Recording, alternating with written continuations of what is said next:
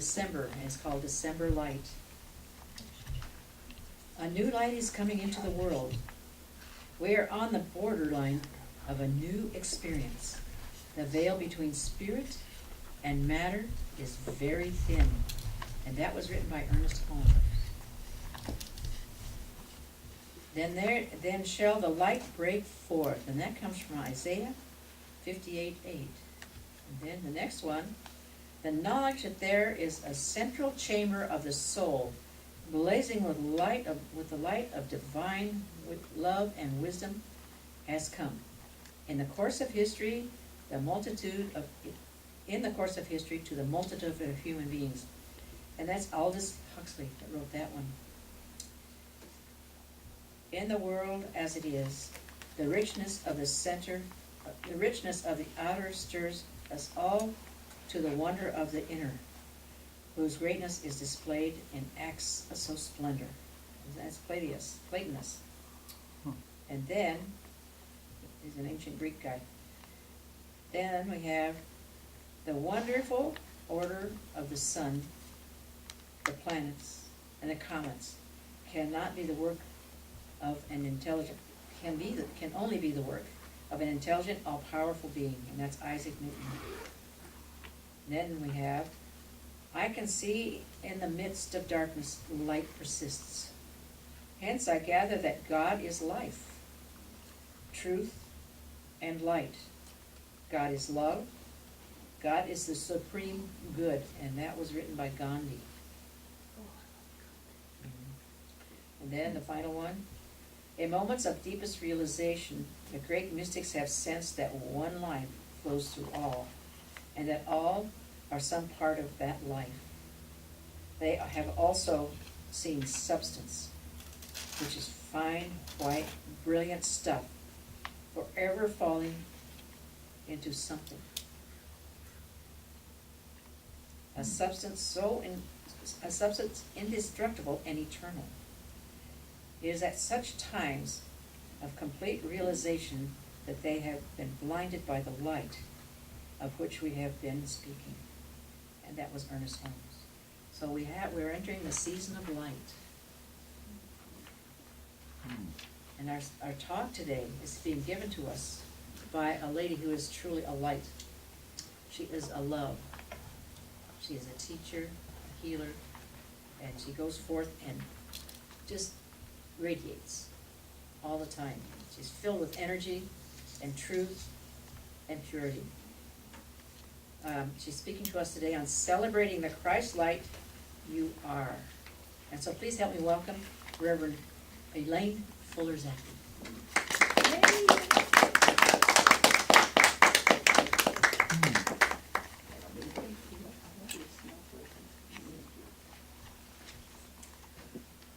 Well, good morning. Good morning. How are you this morning, huh? Fine? Perfect, divine, and whole. That's how we all are.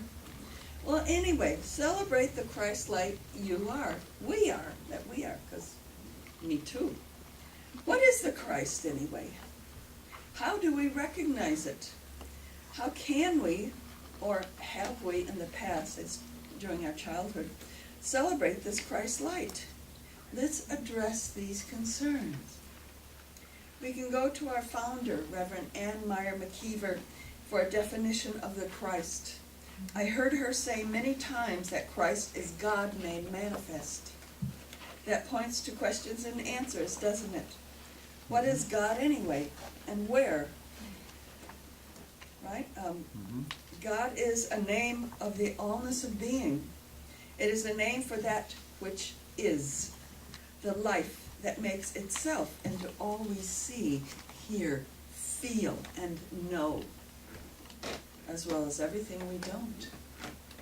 God is the allness.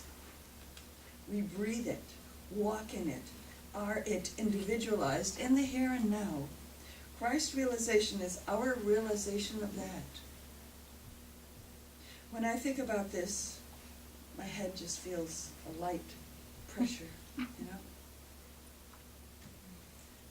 God is manifested as man, as humanity, right? as well as other things, right? The allness of being individualizes itself into seemingly separate forms, each with varying degrees of self-awareness. This awareness is really God's awareness of God's self in particular form. We can allow ourselves to consciously participate in this to, certain degrees or not. And we each know people who are very Christ-aware, as well as those who aren't, don't we? God doesn't use an assembly line, and we're all different. We are distinct, and there is seeming space between us. The space, as we in actuality are, is also an individualized, separate manifestation of the all, or God. It takes time, for an example, for an individual to communicate with another, because our words and body language travel through that spatial distance which separates us from the other. Right? You're following me, right? Maybe this is a short distance, such as talking with the person next to us, or maybe it is long, such as talking with a person half the world away. Now Earth scientists are communicating with Mars. That's a distance. It's pretty exciting. And it takes time to go through this, to go back and forth. So time is a part of the element of individualization, as well as the element of wholeness and oneness. As individuals, we are each height, width, depth, and time, because time separates us and our actions from each other. Time is also involved with our body functions. It takes times for my individual hand to go to yours for shaking. If there were no separation, there'd be no time. It just wouldn't exist. We wouldn't need time to go from one separate individualization to another, from shaking hands to sending and receiving communication with Mars or anything else. It is actually a part of that which seemingly separates one from another. God doesn't use an assembly line, right? So we are seemingly separated. This individualization functions within the allness of being, or God, or life. It is what each of us is, mindful and aware. It knows how to be what it is. So we can look into being a Christ, the textbook for teaching of the inner Christ, first course, Inner Sensitivity, page 4, lesson 1, part 1. If anybody out there wants to look it up, in Being a Christ, that's where it is.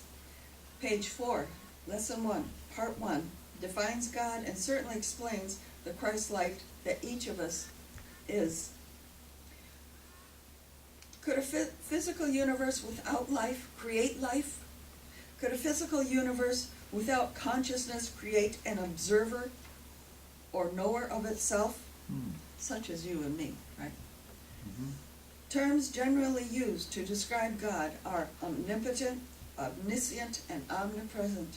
An omnipotent being is all-powerful, and therefore no other force can exist in the universe. The one power must be all there is in every atom of the universe.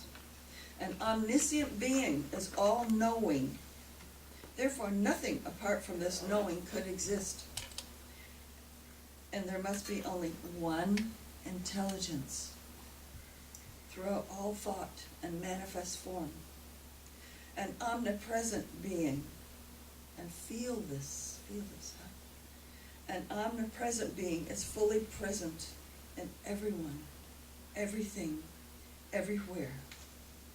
This means that God is the one life, the one intelligence, the one consciousness, fully present as all that exists.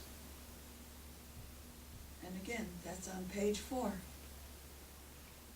So if you don't have that Being a Christ book, I encourage you to get one. As I heard Ann Meyer McKeever say many times, we are God's.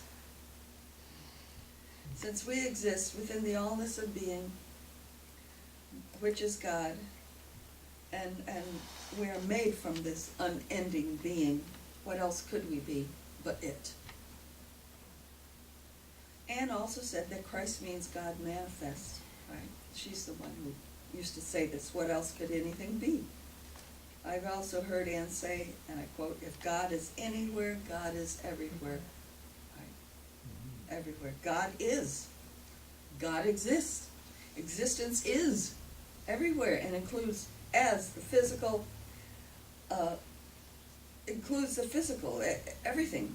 So God is everywhere, including manifest as physical, as each of us. We are each manifested from God and as God. That's what we are. And this also points to equality of being, doesn't it? It points to, gee, being equal to a candle, it's all God. Think about that one. Just look around. Look at the person next to you, the chair, the floor. Look out the window. If you can see, there's a little window there. Look around and repeat this. God is this. Repeat, God is this. God is this. The piano, God is this. God is this. Repeat, God is this. God is this. Right? This is the way to recognize God, you know. Right? In the morning, when you look in the mirror, you can repeat, God is this. Look at our own hands. Did you ever just look at your hands? I mean, I have 73-year-old hands. They're good. Really study the back of your hands to trace the bumps and the shapes. It's quite amazing. Intricate, beautiful. So repeat softly with me, okay? God is this. God is this. God is this. Yeah. How amazing the hand is. All it does. Yeah. And the person next to you. God is this. The person is a beautiful person. Look, they've got soft, nice skin and nice hair. Lovely color. Right? And they're Christ. The Christ light shines in, with, around, and as them. Is this person amazing? Huh? Yeah. Yeah. It's a way to recognize God. God made manifest the Christ light, including that which we are.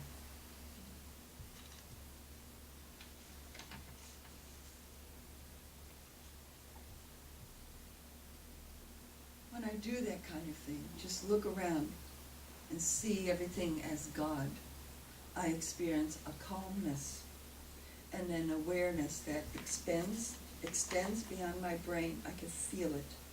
It's an awareness of the holiness of all existence, of all creation. We are the Christ light. In reality, there is nothing but God, and God made manifest as us is Christ's light.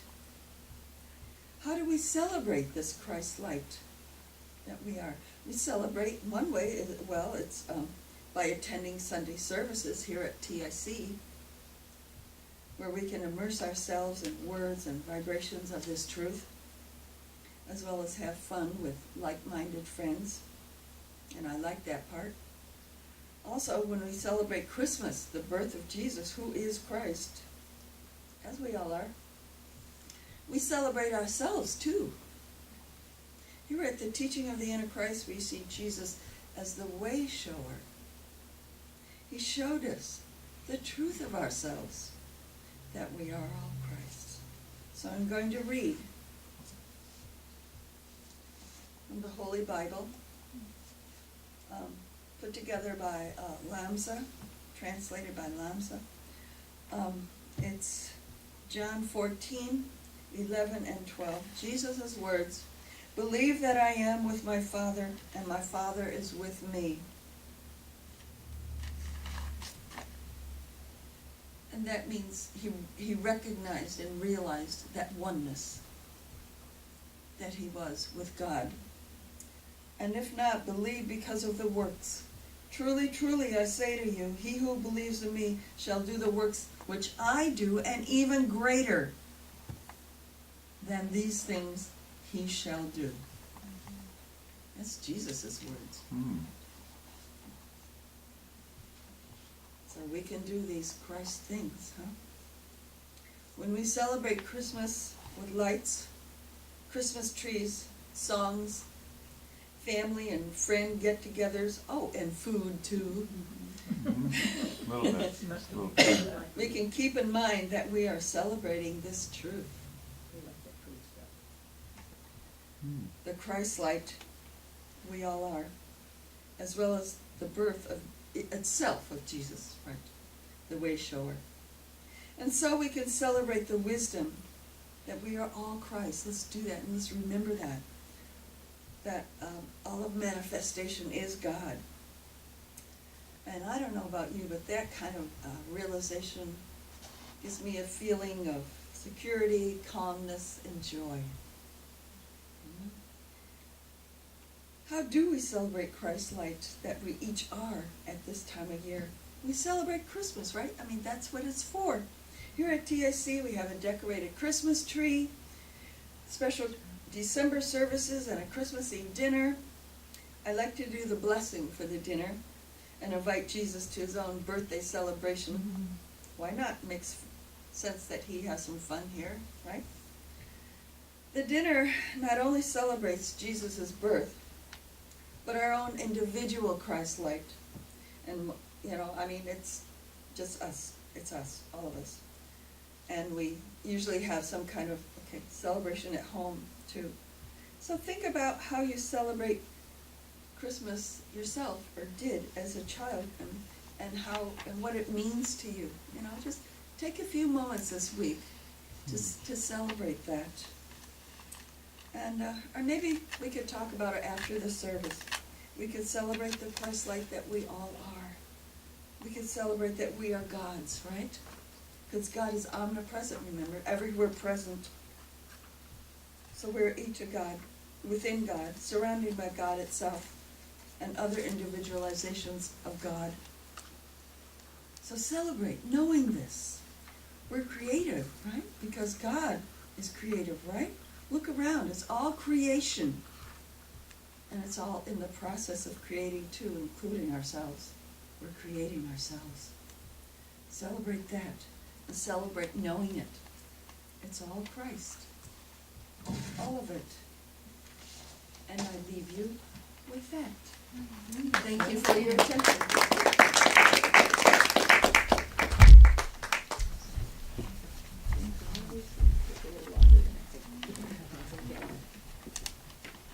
Awesome, thank you.